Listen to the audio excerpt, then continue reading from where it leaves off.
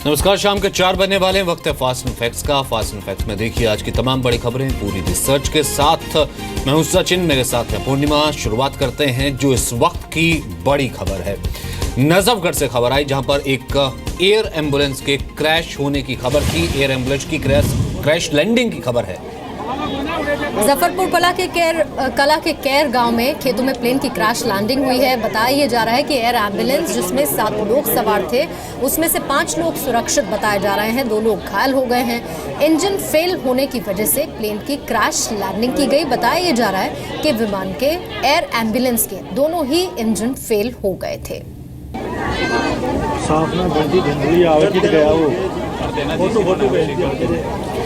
इस वक्त तस्वीरें आप देख रहे हैं जो कि गनीमत ये रही कि रिहायशी इलाका नहीं था, वहाँ पर एक आ गया कि कोऑर्डिनेशन किया गया और अंतिम वक्त पे हालांकि इंजन सीज हो गया था, इंजन में खराबी आ गई थी, लेकिन एक खाली जगह देख करके जहाँ पर खेत था वहाँ पर इसकी लैंडिंग करवाई की। क्रैश लैंडिंग थे, 7 लोग सवार थे, 2 घायल हुए, 5 ठीक हुए। दिल्ली के लिए रवाना हुआ। वहाँ करीबन 14.37 PM में उस समय इसका इनका एक रेडार कांटेक्ट लॉस हो गया। उसके पहले इन्होंने ATC को बताया कि उनका जो एक इंजन है वो शट डाउन हो गया और कुछ देर बाद उन्होंने बोला सेकंड इंजन भी शट डाउन हो गया। तो ये एयरक्राफ्ट अप्रोच कर था, रनवे 10 में अप्रोच कर रहा था और करीबन 6 से 7 nautical miles before the touchdown runway 10 ये पायलट ने बोला कि आई एम ड्रॉपिंग, मतलब वो जिसको बोलते हैं दोनों इंजन शट डाउन हो गया था, he is going to land on the field actually.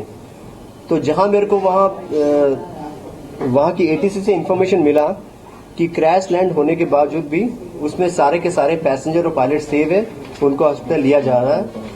जो क्रैश लैंड की जगह है वो विलेज का नाम है कायर, जो नजफगढ़ के पास है। एक था डॉक्टर रुपेश और उसके साथ मिस्टर जंग बहादुर जो टेक्नीशियन था एंड मिस्टर बीरेंद्र राय जो पेशेंट था, मिस जूही थी, मिस्टर भगवान राय था और जो कमांडर था उसका नाम था अमित और को पायलट का नाम था कैप्टन रोहित।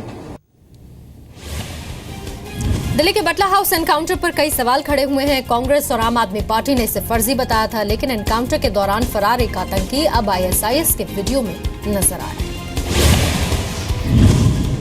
भारतीय मुस्लिम नौजवानों को उकसाने वाले ISIS के इस वीडियो में दिख रहा है ये शख्स कोई और नहीं बल्कि बटला हाउस एनकाउंटर के दौरान फरार होने वाला बड़ा साजिद है। बड़ा साजिद के अलावा वीडियो में अबू राशिद भी है। दोनों यूपी के आजमगढ़ जिले के संजरपुर गांव के रहने वाले हैं। अबू राशिद खुद मान रहा है कि वो बटला हाउस एनकाउंटर के बाद फरार हो गया था।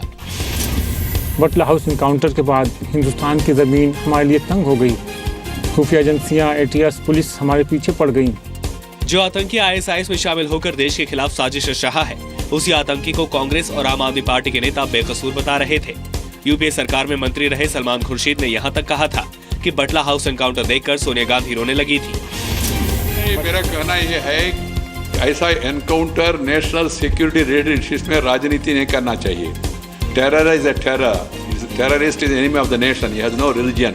मैं भी इस बात से इत्तेफाक रखता हूं कि अगर इंक्वायरी होती है तो जो स्थानीय स्तर पर छोटी राजनीति के कारण या किसी और कारण से जो अलग भावनाएं होती हैं वो शांत हो जाती है। इंक्वायरी का सबसे बढ़िया मकसद ये होता है कि जो सच है वो सामने आ जाए। 19 सितंबर 2008 को दिल्ली में जामिया नगर के बटला हाउस में घर L18 पर इंडियन मुजाहिदीन के आतंकियों की तलाश में दिल्ली पुलिस ने छापेमारी की। मुठभेड़ के दौरान इंडियन मुजाहिदीन के 2 आतंकी आतिफ अमीन और मोहम्मद साजिद मारे गए। आतंकियों की फायरिंग में दिल्ली पुलिस के इंस्पेक्टर मोहन चंद शर्मा शहीद हो गए। खुफिया रिपोर्ट के मुताबिक बड़ा साजिद अब मारा जा चुका है। ISIS का वीडियो करीब 1 साल पुराना बताया जा रहा है। असम में सर्बानंद सोनोवाल के नेतृत्व में पहली बार BJP सरकार बनाने जा रही। थोड़ी देर में शपथ ग्रहण कार्यक्रम शुरू होगा। गुवाहाटी के खानपारा मैदान में सर्बानंद सोनोवाल कैबिनेट की शपथ के लिए जोरदार तैयारी की गई है। प्रधानमंत्री मोदी और BJP अध्यक्ष अमित शाह समेत पार्टी के कई दिग्गज नेता शपथ ग्रहण समारोह में शामिल होंगे। BJP शासित राज्यों के मुख्यमंत्री भी शपथ ग्रहण समारोह में नजर आएंगे।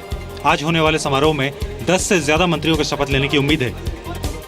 BJP की तरफ से हेमंत बिश्वा शर्मा, रंजीत दत्ता, अमीनुल इस्लाम लश्कर, प्रशांत पूकन, सुमन हरिप्रिया, सिद्धार्थ भट्टाचार्य और परिमल शुक्ला वैद्य मंत्री बन सकते हैं। असम गण परिषद की तरफ से रेणु राजखोवा और अतुल बोरा मंत्री बन सकते हैं, जबकि बोडोलैंड पीपुल्स फ्रंट की तरफ से चंदन ब्रह्मा और प्रमिला रानी ब्रह्मा मंत्री बन सकती हैं। हमें उम्मीद है कि आसाम के लोगों की उम्मीद की सरकार बनेगी और उस सरकार बनने के साथ आसाम की लोगों की उम्मीद और परवान चढ़ी है, जिस पर भारतीय जनता पार्टी की सरकार खड़ी उतरेगी।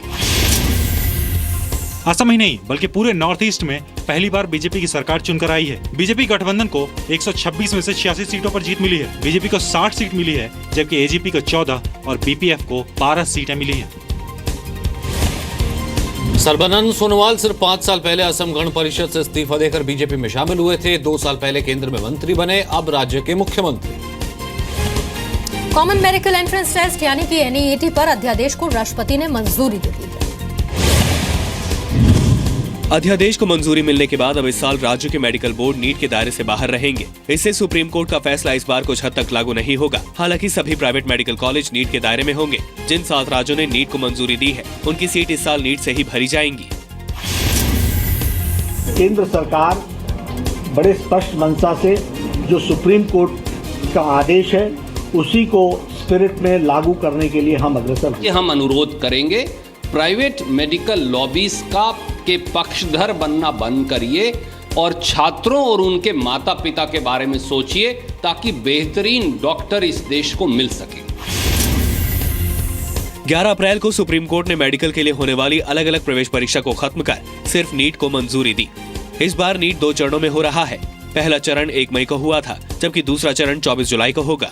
नीट के पहले चरण में पूरे देश के करीब 6.5 लाख छात्र शामिल हुए थे। नीट के सिलेबस और क्षेत्रीय भाषा को आधार बनाकर केंद्र ने इस साल राज्य को नीट से अलग रखने के लिए अध्यादेश को मंजूरी दी। अगले साल से छात्रों को नीट के जरिए ही मेडिकल कॉलेज में एडमिशन मिलेगा। स्मार्ट सिटी की लिस्ट में देश के 13 और शहरों का नाम जुड़ गया है। फास्ट ट्रैक कंपटीशन के आधार पर देश के 23 में से 13 शहरों को स्मार्ट सिटी घोषित किया गया है। लखनऊ पहले नंबर पर रहा, तेलंगाना का वारंगल दूसरे, हिमाचल प्रदेश का धर्मशाला तीसरे, चंडीगढ़ चौथे, छत्तीसगढ़ का रायपुर 5वें, न्यू टाउन कोलकाता 6ठे, बिहार का भागलपुर 7वें, पणजी 8वें, अंडमान निकोबार का पोर्ट ब्लेयर 9वें, मणिपुर का इम्फाल 10वें, झारखंड का रांची 11वें, त्रिपुरा का अगरतला 12वें और हरियाणा का फरीदाबाद 13वें नंबर पर रहा। 100 सिटीज स्मार्ट सिटीज का संदर्भ में 98 सिटीज का पहचान हो चुका है। 497 अमृत सिटीज का भी 5 साल का योजना भी बन चुका है। जिन शहरों को स्मार्ट सिटी के लिए चुना गया है, वो पहले खराब रैंकिंग की वजह से पिछड़ गए थे। शहरी विकास मंत्रालय ने इन शहरों को अपनी रैंकिंग सुधारने का मौका दिया था। पहले राउंड के तहत 20 स्मार्ट सिटी का ऐलान जनवरी में किया जा चुका है। स्मार्ट सिटी मिशन के तहत 2019-20 तक देश के 100 शहरों को स्मार्ट सिटी के तौर पर विकसित करने का लक्ष्य है। स्मार्ट सिटी पर केंद्र सरकार अगले 5 वर्षों में 48,000 करोड़ रुपए खर्च करेगी। स्मार्ट सिटी की लिस्ट में शामिल हर शहर को हर साल 100 करोड़ रुपए की मदद केंद्र सरकार की तरफ से की जाएगी। दिल्ली में आज बीजेपी और कांग्रेस ने बिजली पानी की समस्या पर केजरीवाल सरकार के खिलाफ हल्ला बोला।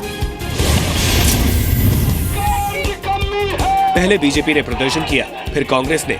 जगती मुख्यमंत्री अरविंद केजरीवाल का घर। बीजेपी कार्यकर्ताओं पर पुलिस ने वाटर कैनन का भी इस्तेमाल किया। बीजेपी के प्रदर्शन की खास बात ये थी कि इसमें केजरीवाल सरकार के मंत्री कपिल मिश्रा की मां अन्नपूर्णा मिश्रा भी शामिल थी। अन्नपूर्णा मिश्रा बीजेपी की नेता है। अपना तौर तरीका होता है, मैं जो दखलंदाजी करूंगी, हमारा जो काम है पार्टी का वो मैं कर रही हूँ, वो अपना काम कर रही है तो होता ही रहेगा। बीजेपी के प्रदर्शन के बाद कांग्रेस कार्यकर्ता प्रदर्शन करने पहुंचे। कांग्रेस ने दिल्ली सरकार के खिलाफ मटकी फोड़ प्रदर्शन किया। केजरीवाल जी ने सरकार में आने से पहले दावा किया था कि हम आएंगे तो बिजली और पानी देंगे। आज वो गोवा में बैठे हैं, उनको शर्म आनी चाहिए कि आपसे दिल्ली तो संभल नहीं रही है। गर्मी के चलते दिल्ली में 19 मई को बिजली की मांग 6044 मेगावाट पहुंच गई थी। गर्मी में आमतौर पर दिल्ली में 4500 से 5000 मेगावाट बिजली की मांग रहती है। मांग में अचानक बढ़ोतरी की वजह से दिल्ली के कई इलाकों में कटौती भी ज्यादा हो गई है। इकोनॉमिक सर्वे ऑफ दिल्ली के मुताबिक दिल्ली में हर दिन 906 मिलियन गैलन पानी की जरूरत है। दिल्ली जल बोर्ड 80% पानी ही मुहैया करा पा रहा है। बिजली कटौती पर मुख्यमंत्री अरविंद केजरीवाल ने बिजली कंपनियों को चेतावनी दी थी। इसके अलावा 2 घंटे के ज्यादा बिजली कटौती होने पर ग्राहकों को हट जाने का ऐलान भी किया था। उत्तराखंड के मुख्यमंत्री हरीश रावत से आज स्टिंग की सीडी के सिलसिले में सीबीआई ने पूछताछ की। काफी नानुकुर के बाद हरीश रावत आज पूछताछ के लिए दिल्ली में सीबीआई हेडक्वार्टर पहुंचे। सुबह 11 बजे के करीब रावत से सीबीआई ने पूछताछ शुरू की। पूछताछ के लिए जाने से पहले रावत ने सीबीआई जांच को साजिश बताया। ये षड्यंत्र है। आज हरीश रावत जी को सीबीआई के सामने सम्मन पेश हुआ है, उनको हाजिर होना पड़ रहा है। उन्होंने काफी कोशिशें करके देखी कि इससे बचने के लिए, पर कानून के आगे सब समान है। हरीश रावत पर कांग्रेस के बागी विधायकों ने 26 मार्च को स्टिंग ऑपरेशन की सीडी जारी कर खरीद फरोख्त की कोशिश का आरोप लगाया। हरीश रावत ने सीडी में अपनी मौजूदगी की बात मानी, लेकिन खरीद फरोख्त से इनकार किया। उत्तराखंड में राष्ट्रपति शासन के दौरान स्टिंग ऑपरेशन की सीबीआई से जांच का आदेश दिया गया था। हरीश रावत ने दोबारा मुख्यमंत्री बनने के बाद 15 मई को सीबीआई जांच की अधिसूचना वापस ले ली। सीबीआई ने उत्तराखंड सरकार के फैसले को मानने से इनकार कर दिया है। सीबीआई के मुताबिक जांच शुरू होने के बाद रोकी नहीं जा सकती। सीबीआई जांच रुकवाने के लिए हरीश रावत ने हाईकोर्ट में भी याचिका दायर की, लेकिन उन्हें राहत नहीं मिली। दिल्ली के लाजपत नगर में एक रेस्टोरेंट मालिक की हत्या को करीब 18 घंटे गुजर चुके हैं, लेकिन हत्यारे अभी भी पुलिस की गिरफ्त से बाहर हैं। दिल्ली के लाजपत नगर में वसुदेव और पप्पू सिंधी रेस्टोरेंट चलाते थे। कल रात करीब 9:30 बजे बिल को लेकर हुए विवाद के बाद बदमाशों ने उन पर गोलियां चला दी, जिसमें वसुदेव की मौत हो गई। हैरानी की बात यह है कि जिस वक्त बदमाशों ने रेस्टोरेंट मालिक को गोली मारी, उस वक्त थोड़ी ही दूरी पर पुलिस भी थी, लेकिन सब तमाशबीन बने रहे। तो वहीं पर 2 पुलिस वाले खड़े थे, रात वाले, और उसके बाद आराम से धीरे धीरे जैसे लेके आया कि कोई उन्हीं लोग का राज था, और ऐसे आराम से निकल गए इधर आके चलते। पुलिस मौजूद थी, लेकिन सर लोगों ने तो यही कहा कि सोगत थी। वहाँ पे 2 पुलिस कांस्टेबल बैठे थे, वहाँ पे पीट लगती है, बैरिकेटर लगता है। खबरों के मुताबिक 4 लोग वसुदेव के रेस्टोरेंट में खाना खाने के लिए पहुंचे थे। खाने का बिल 1000 रुपए आया, जिस पर आरोपियों ने डिस्काउंट मांगा। डिस्काउंट न मिलने पर चोरों की वसुदेव के साथ जोरदार बहस हुई। आरोपी चले गए, लेकिन 15 मिनट बाद अपने साथियों को लेकर वापस लौटे। आरोपियों ने पहले रेस्टोरेंट पर गोलियां चलाई, फिर वसुदेव को नजदीक से गोली मारी। कुछ ही दिन पहले वसुदेव की पत्नी का भी निधन हुआ था। कल ही उनकी 13वीं थी, जिसके पूजा पाठ के बाद वसुदेव रेस्टोरेंट पहुंचे। यूपी के बुलंदशहर में बेहद शर्मनाक हरकत हुई है। ट्रेनिंग के लिए आई महिला कांस्टेबल की वर्दी की नाप पुरुषों ने की। कांस्टेबल महिला, लेकिन नाप के लिए बुलाया गया पुरुष दर्जी को। ये शर्मनाक हरकत हुई बुलंदशहर के पुलिस लाइन में। शनिवार को वर्दी की नाप लेने के लिए यहाँ पुरुष दर्जी को बुलाया गया, जिसने महिला कांस्टेबलों का भी नाप लिया। हालांकि महिला कांस्टेबल ने इसका विरोध नहीं किया, लेकिन सभी असहज नजर आई। ये तस्वीरें सामने आने के बाद एसएसपी ने जांच के आदेश दे दिए हैं। मेरे भी संज्ञान में आया है, इसमें जांच कराई जा रही है। जांच मैंने गठित की है, जांच में जो तथ्य आएंगे उसके हिसाब से। बुलंदशहर को करीब 100 नए पुलिसकर्मी मिले हैं, जिनमें अधिकतर महिला कांस्टेबल हैं। 15 मई से बुलंदशहर पुलिस लाइन में महिला और पुरुष कांस्टेबलों की ट्रेनिंग चल रही है। नियम के मुताबिक नए कांस्टेबलों की पहली वर्दी बनवाने के लिए नकद रकम दी जाती है। कांस्टेबल अपनी सुविधा के अनुसार कहीं भी वर्दी बनवा सकते हैं। इससे पहले राजस्थान के चित्तौड़गढ़ में भी ऐसा ही शर्मनाक वाकया हुआ था। वन विभाग की परीक्षा के दौरान महिलाओं का फिजिकल टेस्ट पुरुषों ने लिया था। गुजरात के सूरत में एक सिरफिरे आशिक ने अपनी प्रेमिका पर चाकू से हमला कर दिया। गले पर करीब 10 बार किए। वारदात 22 मई सुबह करीब 8 बजे की है। प्रेमी अपनी नर्स प्रेमिका से मिलने के लिए अस्पताल पहुंचा था। प्रेमी ने महिला को कॉरिडोर में बुलाया और महिला कुछ समझ पाती उससे पहले प्रेमी ने चाकू से उस पर हमला कर दिया। करीब 10 बार चाकू से गले पर वार किया, जिसके बाद वो महिला को मौके पर तड़पता छोड़कर फरार हो गया। हालांकि इसके बाद महिला खड़ी हुई और जैसे तैसे अस्पताल के अंदर पहुंची। अभी उसका इलाज जारी है, लेकिन हालत बेहद नाजुक बनी हुई है। उनपे एक विजय बामरोलिया करके एक शख्स है जो उसी एरिया का है। उसने छरी से गले के भाग में और कंधे के भाग में इजा की है और वो भाग गया है जगह से। पीड़ित महिला नीता की कुछ साल पहले शादी हुई थी, लेकिन अनबन के चलते वो पति से अलग रहती थी। इसी दौरान उसे विजय नाम के शख्स से प्यार हो गया और उसके साथ जूनागढ़ में रहने लगी।